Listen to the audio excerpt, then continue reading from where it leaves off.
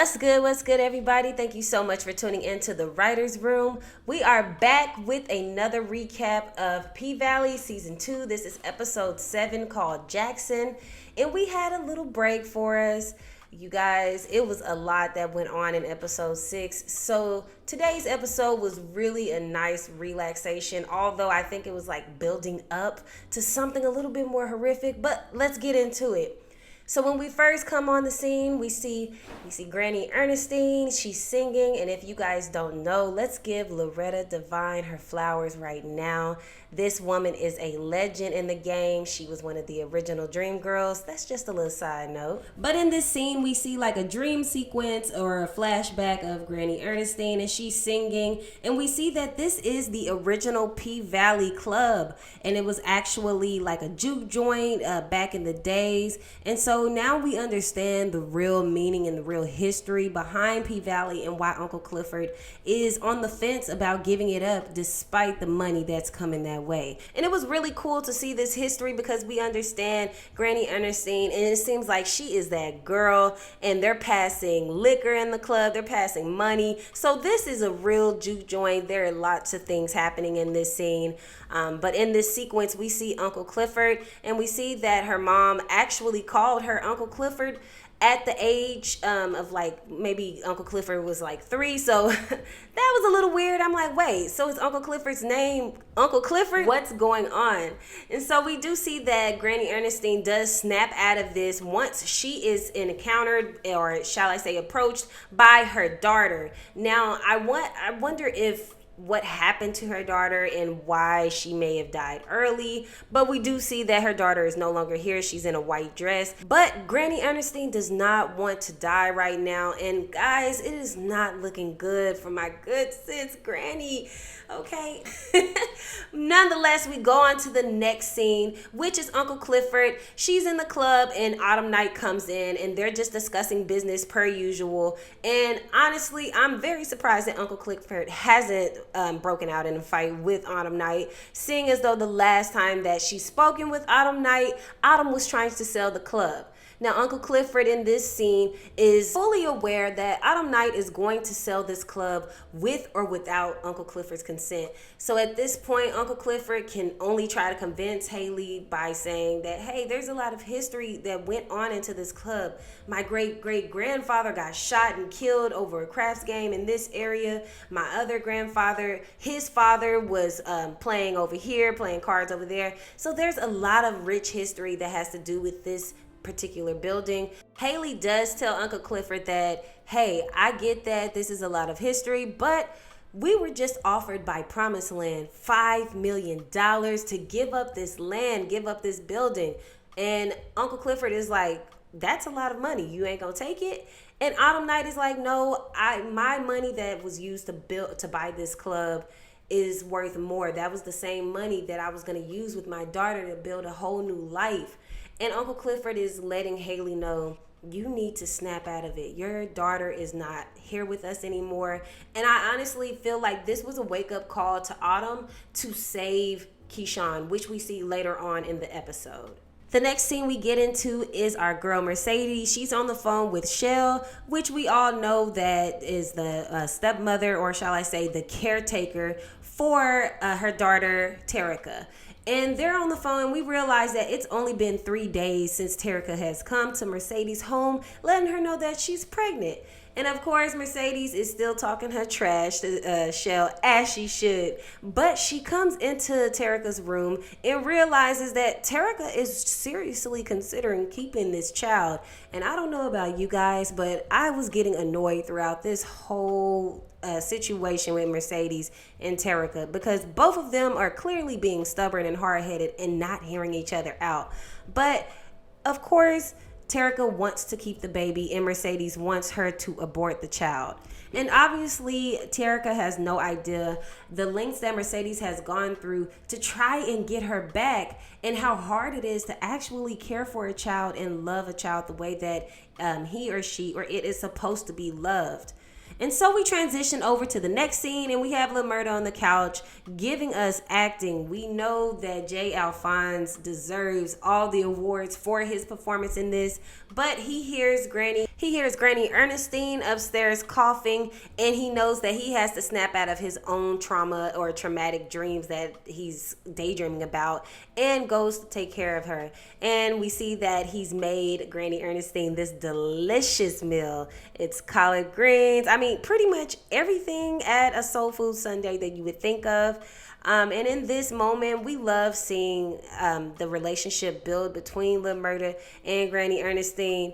And I love that she was giving him all types of nicknames. And we found out that his name is actually Lamarcus. So that was really cool seeing just for them building up. And she does look to him and tell him that I see death written all over you, especially the night that you came to our house. So we know that Granny is seeing and feeling spirits that, of course, we don't necessarily feel or see unless it's our time to go. So I don't know, y'all. Once again, it is not looking good for Granny Ernestine. So we transition over to our next scene, and it is Keyshawn at the store with Derek. I could have sworn that I was going to be laughing and hysteria. I was going to be drinking some wine, toasting to Derek's death this episode, and that did not happen. But we see that Autumn Night is at the store, and she's trying to grab Keyshawn's attention, and Derek is not letting Keyshawn out of his sight. Now, Derek in this moment is telling Keyshawn, hey, I'm trying. And honestly, I do feel sorry for all of them because Derek didn't ask for this situation that he was raised in either. So I do love that this show touches on a lot of curses, generational curses that are going on. But we do see that Keyshawn does manage to go into the next aisle to meet up with Autumn Night. And Autumn is basically telling her there are other ways out of this situation. You didn't want to use the gun, but let me tell you how to get out of this because I've done it before. I've been in your shoes. So it does seem that Haley, whatever that talk was with Uncle Clifford, it did trigger something in Haley to actually help Keyshawn because she's in a tough situation. But of course, Derek does call Keyshawn over, and like a scared puppy, she goes. And also, her daughter was crying. So she does go back to Derek and the kids. Now we go back to Granny Ernestine, and Uncle Clifford has made it home, and Uncle Clifford is tasting some of Lil Murda's food, and just like Granny Ernestine predicted, Uncle Clifford is head over heels with this food. Murda, or shall I say, look, calculator, asks Uncle Clifford how's her day been and what's happening with the club, and Uncle Clifford does tell him that Haley managed to pull through a $5 million deal from Promised Land to sell the club. And Murda tells her that, look, money isn't everything. And back in the days, I would have said it was everything. But we all know the situation that happened 2 weeks ago with Big Teak. Murda is traumatized and realizes that all he wants is Uncle Clifford. He wants his music, but he wants Uncle Clifford, and he wants love more than he does the success. Uncle Clifford hears this, and I think she's starting to take this into consideration that, okay, he may actually be the one. He may actually be changing and may be in love with me for real. So I thought this was a tender moment between the two. We then transition back to Mercedes and Terica in the car. And we see that Terica is having a good time saying word for word WAP. And Mercedes stops her like, hey, that's the reason why you're in this mess now. And Terica is honestly trying to avoid talking about this pregnancy, and Mercedes is trying to get her to understand you don't have much time left, like you're starting this show. Let's take this seriously. What are you going to do? Are you going to get rid of this child, or are you actually going to give birth? And this was a moment for Terica because she felt blindsided. She realized that they were passing up the pediatric center, which I have no idea why she thought she was going to the pediatric center. You're pregnant. You're going to like the OBGYN, ma'am. But we do see that Terica feels blindsided by Mercedes because they're going to Jackson, actually, to see and get a consultation about the abortion. We then dive briefly into Murda. He's getting all types types of tweets and comments and just people hitting him up like, hey, this is my jam. We see that Tina Snow has tagged him in a post. Like, he's really having a lot of success with his latest song that was featured on the radio from the last episode. And LaMurda hasn't really taken any time or the moment to actually take all of this in. And Wody hits him up and is like, hey, we've got promoters calling. We need to get back on the Dirty Dozens tour. Like, what's up? And we find out that Big Teak still hasn't been claimed by anyone. He has no family. And Wody, I can tell, is feeling a type of way because let's not forget, Wody just murdered a man for LaMurda. Of course, with Keyshawn as well, he did it for Keyshawn. But for the majority of it, he did it to save LaMurda's career. So I think this will definitely come back up in the later episodes with Wody demanding or wanting to see that return, that payback from LaMurda's career. And so we transition back to Uncle Clifford and LaMurda, and they're in Uncle Clifford's room, and LaMurda is meddling Uncle Clifford with like the old Gucci and calling it like BC Gucci and all that good stuff. And of course, Uncle Clifford had to get her shots in by calling him Cisco. So this was a cute moment, but we see the same thing that we've seen from the previous commercials and trailers, which is LaMurda saying that he is who the world won't let him be. And he's really enamored with how Uncle Clifford has navigated life since she was a kid. I mean, she's been this way. She's been flamboyant since she was a toddler, since she was 3. We see from Granny Ernestine's dream that Uncle Clifford has been that girl.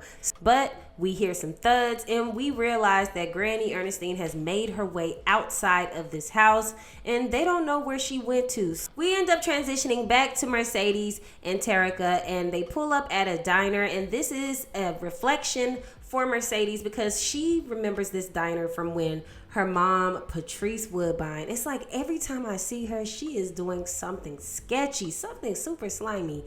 But we see that Patrice has always been this way towards Mercedes. She's always had it out for Mercedes. And now we see and understand how Mercedes was raised. And we see that Patrice was very unstable. She created an unstable environment for Mercedes to thrive in. And not only that, but they didn't have any money when they went out to eat at this diner. And Patrice actually insinuated that Mercedes go over there to that man, that grown man, and, you know, flirt a little bit and get him to buy their dinner. Mercedes does tell her, like, Mom, we don't have to do that. I got it. It's all good. But when she goes to open up her wallet, she sees, or Patrice sees, there is a gold condom in there, okay, you guys? And I guess the color doesn't really matter. But for me, it's all the visuals. So Patrice sees a condom in her wallet, and she goes crazy and starts beating Mercedes in this diner in front of everyone. Now, just the humiliation from that alone, of course, creates this trauma that Mercedes sees when she looks into that window and sees a young mother arguing with her young daughter.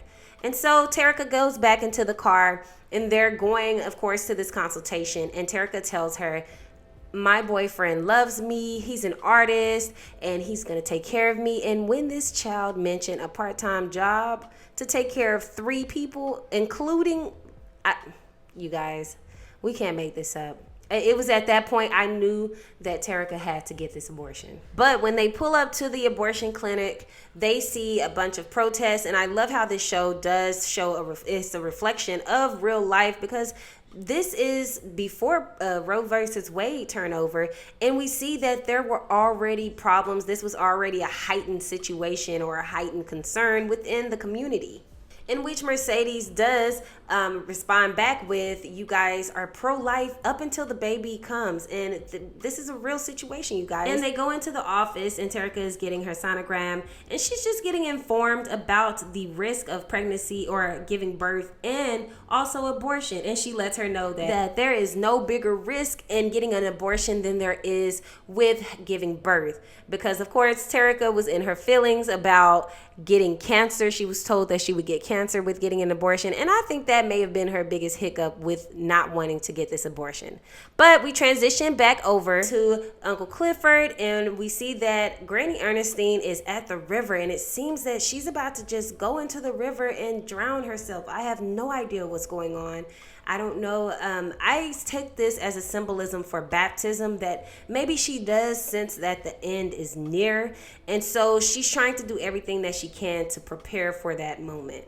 And then Lil Murda and Uncle Clifford realizes that Granny is black and blue and clammy, and she's about to pass out. They have to take her to the hospital at this point. Next, we go back to Mercedes and Terica's situation, and we're just going through this journey, this 24-hour time frame that Terica has or was given, because she's 14 weeks pregnant, and the cutoff is on the way. They only have 24 hours to make the decision on getting an abortion. So we see all of the different scenarios that Mercedes is bringing attention and bringing awareness to Terica with. So we then see Terica and Mercedes back at the hotel, inside the hotel room. And we see that Terica is really going through it. Her jeans aren't fitting, but she's trying to come up with this decision. And Mercedes keeps pressuring her to make this decision right now. Like, we have to know. And Mercedes looks at herself because she slaps Terica. Of course, she slapped Terica earlier in the day. But she looks in the mirror and she sees greasy, slimy Patrice Woodbine. And we all know that generational curses are real, and she sees herself going down that same way. And so she does take a step back and say, you know what? Let me talk to my daughter as a mother, as a real mother without any toxicity. I don't want to pressure her into doing something that she didn't want to do, because I was pressured into doing that same thing. So this was a beautiful moment in realization for Mercedes, and a bonding moment that I feel like really gave them that time to become a mother and daughter, to really have that relationship. But we have transitioned back into Uncle Clifford, and we see that Uncle Clifford and Lil Murda has finally decided to call the ambulance for Granny Ernestine. I don't know why she wasn't in the hospital to begin with, because we know that she has COVID. But Uncle Clifford is not handling this well at all. She's in the shower crying her eyes out, and she comes out to who? A half-naked Lil Murda covered up in this purple robe, dancing to Cisco. And mind you, Uncle Clifford called him Cisco earlier because of his platinum blonde hair. So this was a fun moment to just see them laugh and talk. And he's trying to cheer up Uncle Clifford because she's not taking this well at all. And you know what happened next? They end up, doing the do.